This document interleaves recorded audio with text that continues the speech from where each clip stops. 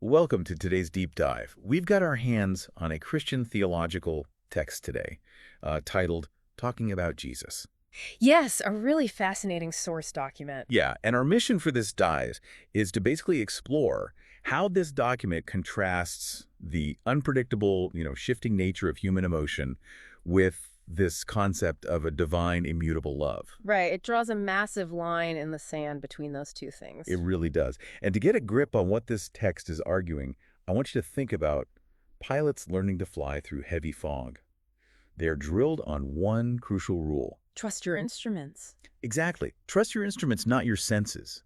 Because when you lose sight of the horizon, your inner ear will literally lie to you. Oh, absolutely. It will convince you that you're flying upside down when you're actually perfectly level. Yeah, aviation experts call that spatial disorientation, and it is terrifying. I can imagine. But in that split second, the dashboard is the pilot's only tether to objective reality. Right.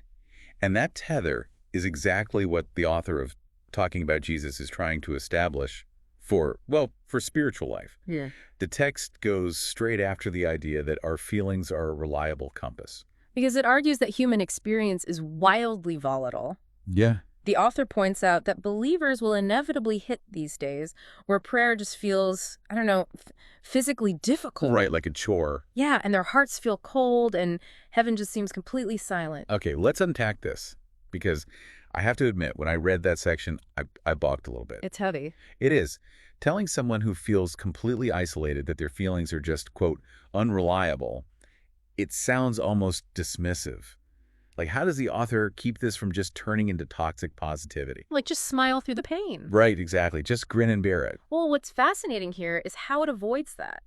It does it by strictly separating subjective daily human experience from what it defines as objective spiritual truth. Okay, so it's not saying the feelings aren't real. No, not at all. The text acknowledges they are incredibly painful, but it insists they aren't accurate interpreters of reality. Because the author uses that classic Sunday school analogy.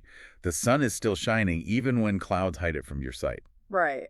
Which is, it's a bit of a cliche, honestly, but it perfectly illustrates their central thesis. That objective reality doesn't require your subjective participation to exist. Exactly.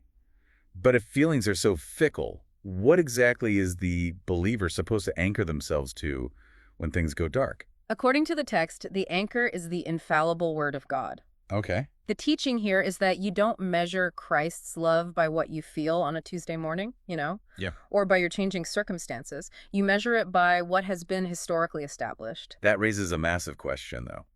If we are measuring this love by our daily interactions, where does the text say this relationship actually begins? Wow. Because my human brain naturally assumes love starts the moment I do something lovable, right? Oh, sure, that's how we operate. But the text pushes the origin point way backward. How far back are we talking? Well, referencing passages in Ephesians and Romans, the author states that God chose his people before the foundation of the world. Wow, okay. Yeah, and that Christ died for them while they were still helpless sinners. So love didn't begin with a believer's first prayer. Or their first good deed. Exactly. Or their first act of obedience. Here's where it gets really interesting, because that is a deeply uncomfortable concept if you really think about it. It goes against the grain. It does. We are so heavily wired for transactional relationships.